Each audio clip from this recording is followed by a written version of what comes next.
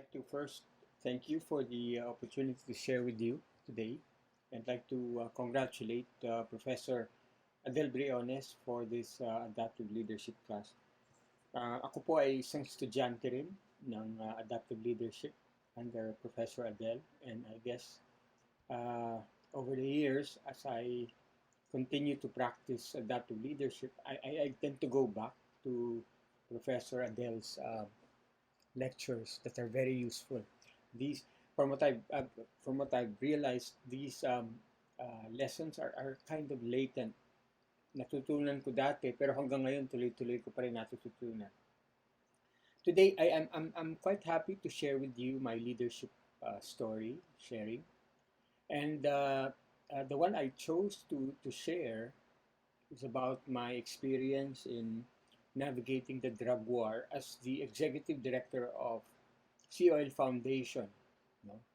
Um, the context of the adaptive challenge really is that during my term in Sea Oil Foundation, we had the response to the Duterte war on drugs to develop a social engagement to advocate a health approach.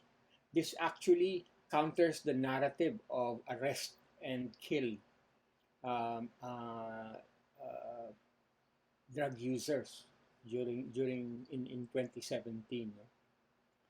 At that time, when we started to engage in this huge issue that really brought the country to a big crisis, the best practices were fragmented and were really poorly documented. Or if they weren't well, well published or much circulated. There was a very high pressure from national government for the LGUs to comply with very low support mechanisms. So, ibig sabihin yung LGU, laging dinidiinan na magtokhang yung listahan ninyo. So, yung mayor, sa ayaw at sa gusto, nauobliga na mag-produce ng listahan. Pero alam niya na delikado yung napupunta sa listahan. So, medyo nalalagay sa alanganin yung ating pong mga alkalde. There were not much development policies and frameworks also for this kind of issue. And there were very few development organizations as well. Most of the policies that we have in the country were enforcement oriented. So it was a challenge for us to really initiate this kind of advocacy, much less put the name of Sea Oil Foundation in this corporate CSR initiative. So the CBDR is actually a program with a consortium that we participated in and adopted. And the core of it really is helping LGUs cope with the drug war mandate. At that time, we really don't know the outcomes that we want to pursue yet. So it was really more like enabling LGUs to cope, okay, in this very, very difficult environment. But if I may step back, I have to tell you what was SFI for. At that time, SFI was really an organization that wanted to build social equity with local government. No? It was our way of deepening relationships with local government. But we were an organization that were grounded in principles of good governance and stakeholder engagement. And we were very outcome oriented. We have programs in food security that has actually borne fruit already. But the drug war was something else. It was really something that we had a lot of opportunity, but at the same time had a lot of challenges. The SFI CBDR program is one way of realizing our mission to journey with the local government leaders. And what was the CBDR? What is this? The CBDR is really a public health and community approach in coping with the drug war. The program hopes to work with LGUs to help set up service delivery for those identified in the low to mild risk This represents about 85% of the talk hang list. Ibig sabihin yung mga hindi overly addicted but really just mild users. No? Um, and this was a big opportunity now for us and a big help for as far as the LGU was concerned. The objectives really were initially to document best practices of LGUs, DOH, and then later on to help DILG as well. We wanted to establish knowledge products in form of books and toolkits. We wanted to work with LGUs towards sponsorship and partnership to the development of CBDR. We started in 2017 with really meeting with a lot of researchers, and by September at that time, we already had a book of good practices from different areas and different communities. Siguro as an adaptive response, we actually worked towards making the book part of the curriculum of the National Police College, together with the UP Public Health, College of Public Health. Kasi we wanted to influence policy even at that point, no? That enforcement is really just one side of the drug war. You really need a community-based approach. And a big part of that in the case studies talks about how community organizing plays a big part, and how later on will be a client flow in trying to address drug dependency or drug use. When we published the compendium of best practices, we included it in the PNPA as well. And I remember launching this in UP. At that time, I'll share my journal later. No, it was very difficult to decide to include PNP kasi at one point PNP was the number one proponent in the killings, di ba? Sila yung napagbibintangan lalo na sa Caloocan. And at the same time, they were the ones that we needed to engage to say, look, there are other ways of doing it. And it was a difficult balance. No? During this launching of the book, when I served as keynote, I remember majority of the audience were PNP officers. So they were also looking for answers. Okay. So aside from the book, we also did a local forum, a local government or local policy forum. And the objective of this was really to find existing policies that enable CBDR development. Dahil kailangan yung mga local government need to have a handle in the development. Otherwise, they will remain in the enforcement or perspective. By this time, in 2018, we were already part of the DILG NCR Regional Peace and Order Council. We sit in the board in the drug war. And we were already very, very strongly advocating a community-based approach.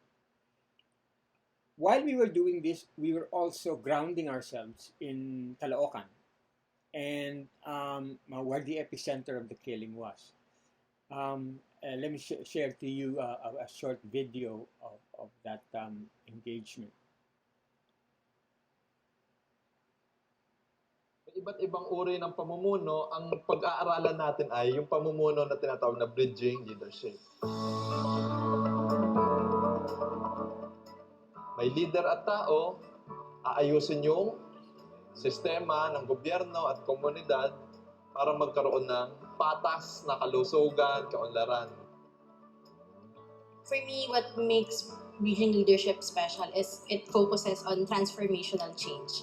Not just short-term interventions, but really transformation in the long run. And it focuses not on just what a leader as an individual can do, but collaboration with other people.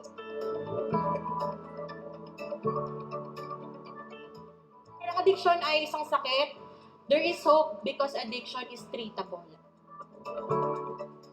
Imaginein mo yung mga taong tinutulungan nyo, sila ay nalulunod. They can't get out of addiction. Gusto niyang lumabas, pero hindi niya kaya. Kasi hinihigop siya ng sistema ng pagiging addict. Kailangan niya ng... Ang tanong, handa ba tayong mag-extend ng kamay at tumulong? So pag tayo nakakasalumuha tayo sa ating drug rehab program ng mga taong gumamit ng droga at naging addict, may pag-asa po para sa kanila. Okay? So yung katabi mo nga, may pag-asa eh. Tingnan mo yung katabi mo. Sa itsura niyang yan, may pag-asa siya sa buhay. Hindi lang pantay ang gusto natin. Ang gusto natin ay patas. So makikita natin dyan sa activity natin na equity walk, mag-start tayo pare-pareho, pantay-pantay. Pero kapag iba-ibang kategorya na nangyayari sa buhay, may naiiwan. We want to be very intentional with the kind of activities that we do. That, like for the equity walk, aware na sila, it's reality that hindi pantay-pantay. But for them to actually see that and vibe that role, that ganito pala kapag ako ay isang drug user, pag ako ay isang kargador sa pier, meron talagang mga karapatang pantao na hindi ko nakakamtan na dapat sana meron. Sana ay makita talaga natin sila as human beings, no, na may karapatang pantaon. Pwede ring maging productive members of society. Sa palagay ko po, kailangan talaga natin ikalat sa iba't ibang barangay. Naging bukas po ang aking isipan, lalo na sa kaalaman about sa mga drugs and ano po yung mga causes nito. Lubos ako nasisiyahan kasi kahit pa paano ay makatutulong kami sa aming barangay, lalo na ang mga kabataang nalulunod sa bawal na gamot. Hindi ko po akalain na ganun kaganda. At ganun po ang lalabasan ng training, no? Ang dami po namin natutuhan. Isa ito siguro sa nakita ko na mas malinaw na naituro yung mensahe ng ta. Dito, ibinigay yung mga mabababaw lang na termino at salita na madali namin makatch up at madali namin maunawaan kung ano yung layunin ng itinuturo. Masaya ko, no, kasi nakita ko yung active participation ng ating mga samahan sa barangay. Natutuwa din ako kasi nga ito ay isang course on bridging leadership at mula dun sa mga sagot nila kanina kung ano ba yung isang mabuting leader. Sabi nila may malasakit, matulungin, responsable. Kasi yun din naman yung mga katangian ng isang bridging leader. Yung nga ho, dapat po talaga paigtingin ho natin. Yung po mga barangay, no, nakagaya ho namin, umpisahan na. No, kumuha na rin po ng kaalaman patungkol po sa seminar ng badak at matulungan po natin ng gobyerno. Hindi po natin kakayanin na kami-kami o tayo-tayo lang. Dapat tayong lahat.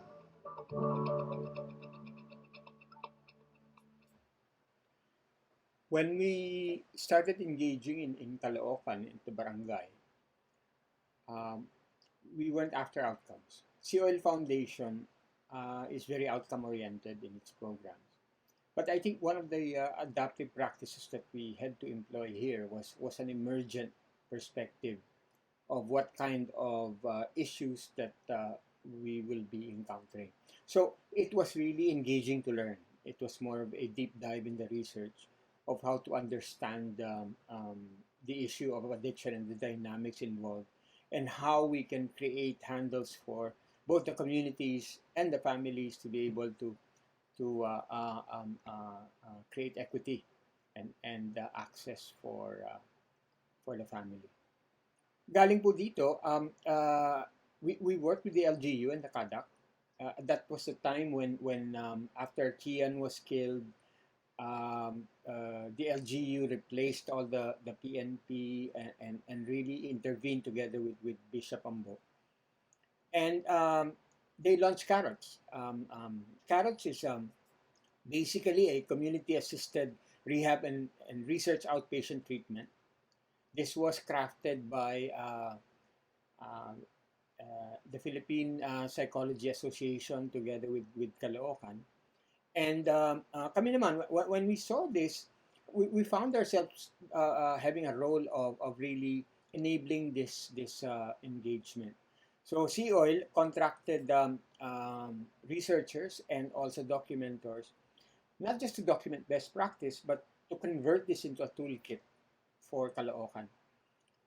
we realized that we wanted not to go beyond just documenting good practices, and we wanted to get into the systems of it and also the governance of it to try to develop handles. Kasi when we found out during the local policy forum, uh, in the local governments in NCR in Metro Manila, there are very few development oriented or community based approach towards addressing CBDR. And if I may pause during this time, some of some of the adaptive challenges that we had were still very constant around us. For example, I'll share to you one of the journals that I have during that time in January, I think. Ito, no? So in this journal that I have, this is the same one where I served as keynote. I think during that time, after I spoke, um, um, DOJ cleared the some of the cops that killed Kian, no? And it was very difficult for us dahil hindi namin alam kung anong gagawin. No? Let me just see if I can move this. No, I remember in my journal I said during the CBDR awards I realized that there were many innovative um, initiatives in supporting community-based drug rehab. The field research we made were very helpful, and it was a wealth of info and strong evidence to the PNP and the communities. I also see value in moving this initiative towards partnership with the UP College of Public Health in establishing grounded framework, which is to be used as a policy recommendation. Here I saw the team is journeying towards content mastery. So we were very aware and conscious of the learnings because we were curating the learnings and really putting it into a framework. So I think that was a big part of that adaptive effort, that enabling environment, that holding environment of learning. We do not know the dynamics of CBDR at this point, and that was something we had to admit, even as development advocates, that we have to go into a venue or an issue where you actually don't know the answer. And it was very difficult because you have to talk to people and calibrate how you make a value proposition. That you're not seeking for answers, but we need to be here together to be able to address and co-own the issue. So we do not know the dynamics of CBDR, but we were deploying strategies which were enabling us to learn systematically. Importante yun. Okay? Unfortunately, while we were doing this, we also see in my journal, nandito sa baba, unfortunately, I also saw problems in this highly controversial issue. Just as we were creatively engaging PNP towards CBDR, DOJ clears the cops involved in the Kian slay. This undermines the development narrative. For the team and the consortium, I have to encourage them not to focus on the PNP, since this will be very difficult to effectively engage. It was so sad because after this point, we decided to shift our initiative away from the PNP and towards the LGU alone. It was very difficult dahil we found out uh, pwede kaming magamit ng PNP kasi at that time I was getting a lot of invites, I was getting a lot of engagements for us to join the PNP initiative. Um, let me show you one picture, for example. No?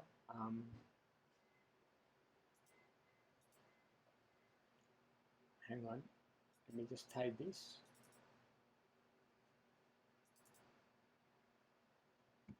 This is an example. Kung makikita niyo yung picture.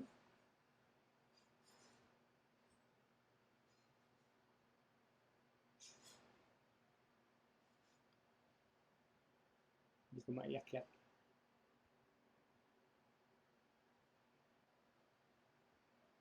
In this picture, I think I was being awarded, dali ha, teka pa ha, teka lang. Yan.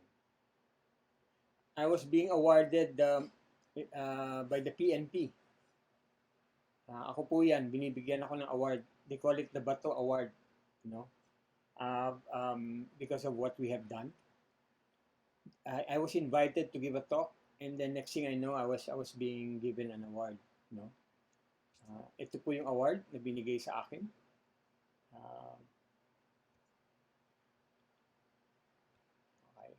Okay. Ayan. Ayan po yung award. Okay.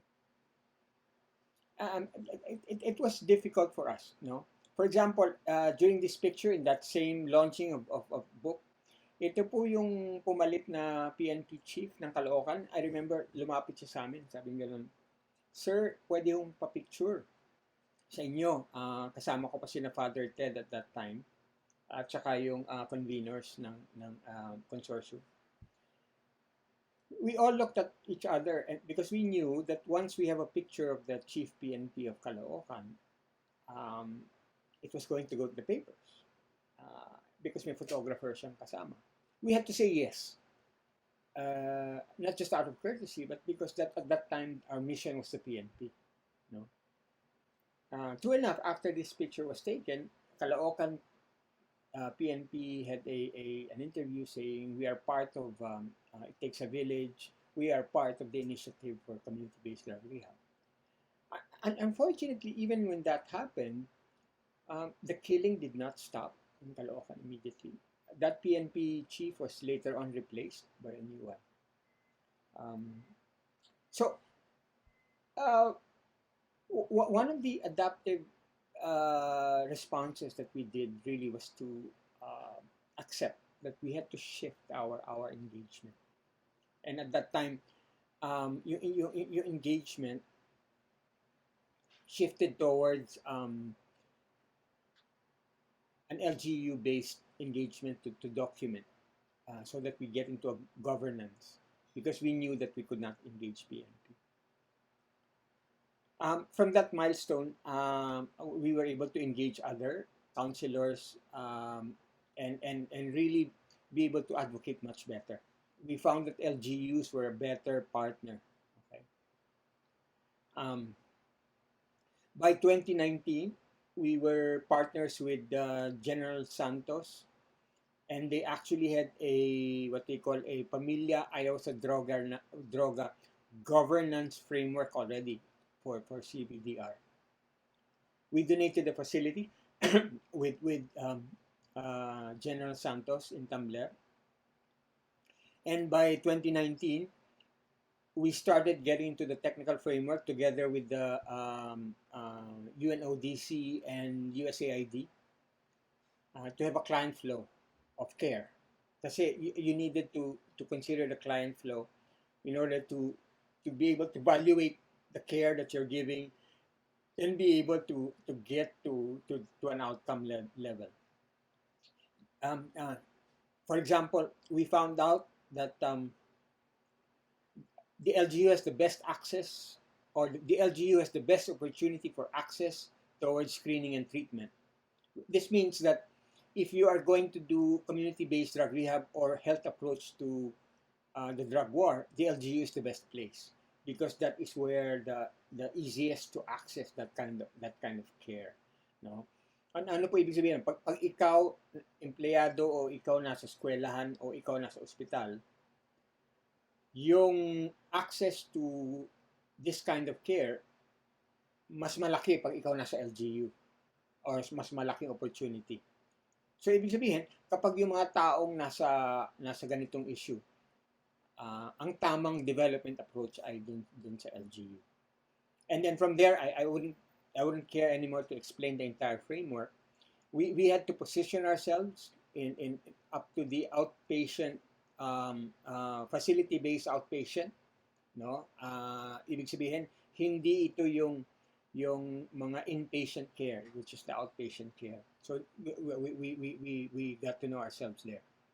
And then after that, when we were able to develop the engagement framework and the governance framework, we started developing facilitators manuals to support other LGUs. I remember sponsoring 25 LGUs to this. Pero ang condition nun was that the mayor will promise not to engage in the tokhang and kill the drug dependents, no? That he will work towards a community-based approach of those that are in the list. Yung Santa Rosa, where I live, spoke to me and said, we want to be in the program. And right now, Santa Rosa, I think, is one of the best performers in this CBDR. No? In Jensan, after we donated the facility, we had an MOU signing together with PIDEA and together with USAID. So after we donated the facility, USAID said we will continue engaging the LGU towards governance even to this day. And by this time, I think we started re-engaging the PNP, but at the local level. No? Kasi the PNP was more cooperative with the local government rather than just directly engaging the PNP. So, by 2020, sometime in late 2019, yun na nga, nagkaroon na ng primer, Puok Laban Krimen, and this was a USAID supported program already that had outcomes or service delivery outcomes. What have we learned? No, during 2017 and 2018, there was a lack of well-documented efforts, as I mentioned earlier, in CBDR that helped local government cope with the drug war. The best practices remain fragmented. There's much room for extensive research to contribute to the policy development. This includes lack of public health framework in the client flow and the governance scale to scale the CBDR. The drug war was over-mandated, much over-mandated, and still undersupported even to this day. No? This means that many local governments are forced to respond to the drug war, but the systems enabling policies and support are still lacking. We saw that we needed to help the local governments cope. By 2019, the LGU role in the health approach to develop primary health perspective was in line already with the client flow. Ibig sabihin, kung ikaw may primary health, ano yung role nung CBDR sa primary health? Na-establish na po yun. So, meron ng systems approach. But there's still need for clear guidance to the list people. Also in 2019, we served as the technical resource for ICAD. And the people I worked with in the consortium became part of this as well. And I think that was one of the cornerstones in enabling VP Lenny to recommend a very strong health approach to the drug war when she was the ICAD. And it was well accepted by a lot of institutions and at that time, nagugulat po sila bakit siya natuto ng ganong kabilis dahil po ito sa mga leaders at saka practitioners that really came together to be able to lend themselves towards the policy. Yung nakita ko po dito when I was engaging in the drug war, I guess if I were to summarize what I have learned, you know, it was, we had to set aside technical perspective kasi it was very adaptive. We had to admit to ourselves we didn't know. We had to be able to learn from the families who were suffering because of the deaths in the drug war. We had to listen to the circumstances of laborers that sometimes really had to use drugs to stay awake. So sabi namin, bakit ganun? Ano yung pagkakataon nila? Bakit sila nangangailangan pa magdroga para sa kanila sila makapagtrabaho? So it wasn't an easy approach because it was something emergent. No? And it's very, very complex because this was complicated because of the lack of systems and the lack of service delivery towards care. So as you try to establish that, you also want to build trust. Kasi after the first Tokhang list, nobody wanted to be part of that Tokhang. And not to blame them. So we had to work with the LGU to also try to build trust. If I'm going to, you know, we had to stop this program because we had to shift. My board asked me to say, asked me during in 2020, we will shift into food security fully. Food security and this was part of our portfolio, but we had to close this initiative down. While doing the sharing, while going back to my notes, I got in touch with Attorney Bok of Caloocan, the head of CADAP. He's a friend. I got to know him and I got to admire him because of his journey in Caloocan. Sabi ko, boss, hindi ko na natapos yung pinag-usapan natin. Gusto ko lang malaman, kamusta ba yung ating CBDR? And when he shared that, let me share it to you. One of the things that Attorney Bok shared with us. Binigay niya to. Ano na ba yung nangyari doon sa Caloocan, doon sa mga drug dependents?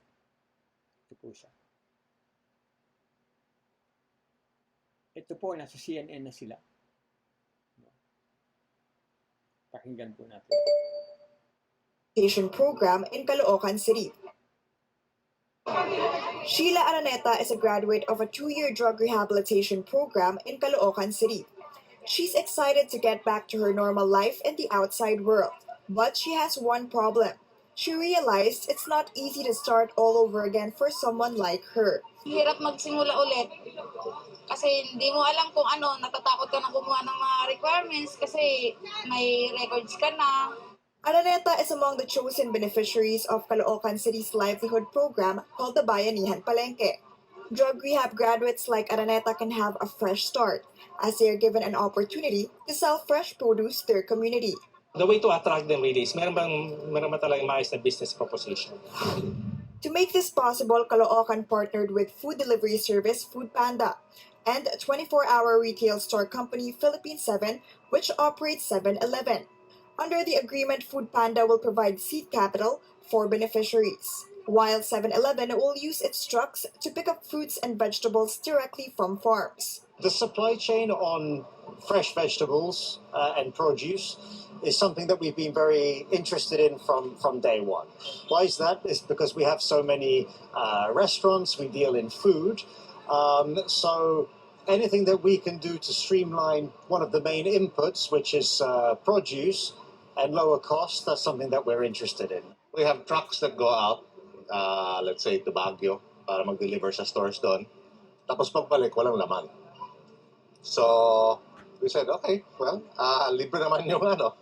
Wala naman laman. So, sige, pasakyan natin yung mga vegetables para makatulong.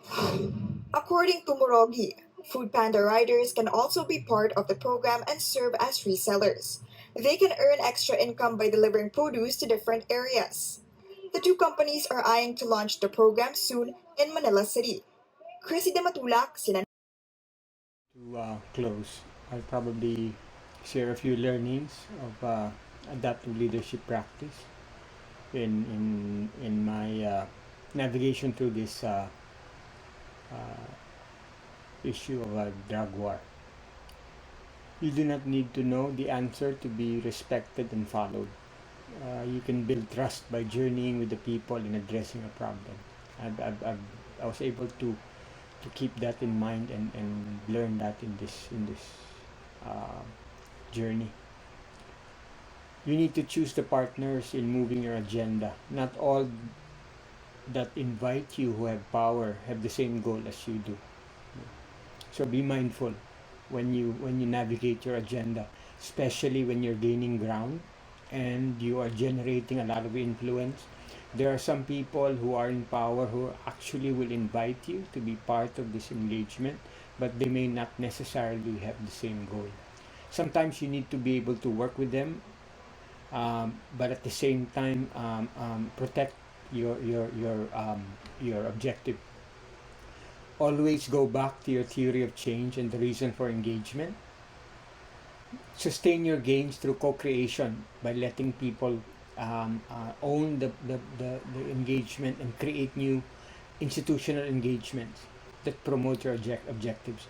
With each mayor that we partner with, we require them to create local policies that enable them to continue this engagement. This goes with this CBDR and even with our other programs. You know, as I watched the CNN video that Attorney Bok Labastilla shared with me, he's the Kadak head of Caloocan. There's a quote of Heifetz that came to mind in the kind of leadership that is called upon people like you, people like us, in trying to navigate complex changes. And I think this is the kind of promise of the leadership that Attorney Bok of Caloocan were able to share and communicate with their clients in CBDR. Your inspiration taps hidden reserves of promise that sustain people through the times that induce despair. You enable people to envision a future that sustains the best from their past while also holding out new possibilities. And I think when we get to this kind of perspective, and when we exercise adaptive leadership, the results will be a natural consequence. And it's how we engage people and build trust towards the objective that really will matter. Anyway, once again, thank you very much. Maybe as an additional resource, I'm also sharing with Prof. Adel a playbook that I've written or co-written together with some colleagues in Robredo Foundation and Angat Buhay. It's called the Adaptive and Bridging Leadership Communications Playbook that may help you. These are actually a compendium of tools as well. Mahilig po ako sa toolkits. This one is Adaptive Leadership Toolkit that we can share with you, including how to create holding environments, how to do stakeholder mapping and stakeholder engagement, how to create a message house so that you can communicate your issues. Nandun po sa playbook. I once again, I'm sorry I cannot be with you in this Zoom meeting, and this is a recorded sharing because I have to be in Katipunan for the launching of the HQ, which I am heading. Maraming salamat po, and God bless us all, and may you create great changes that bring out the best in people in your adaptive leadership exercise.